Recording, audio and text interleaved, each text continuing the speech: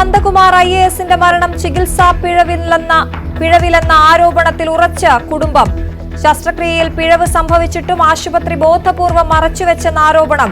നിയമ പോരാട്ടം തുടരുമെന്ന് നന്ദകുമാറിന്റെ മക്കൾ news 18നോട്.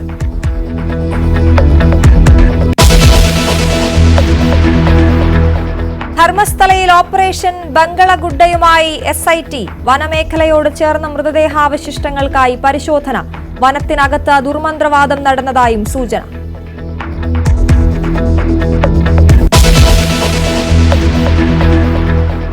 Kozhikode medical college ICU പീഡന കേസിലെ അതിജീവിത വീണ്ടും സമരത്തിലേക്ക്. സ്ഥലം മാറ്റിയ ജീവനക്കാരെ വീണ്ടും നിയമിച്ചതിൽ പ്രതിഷേധം. കാസർഗോഡ് ഡേറ്റിംഗ് ആപ്പ് പീഡനത്തിൽ ഒരാൾ കൂടി പിടിയിൽ. പോക്സോ കേസിൽ അറസ്റ്റിലായവരുടെ എണ്ണം 12ആയി.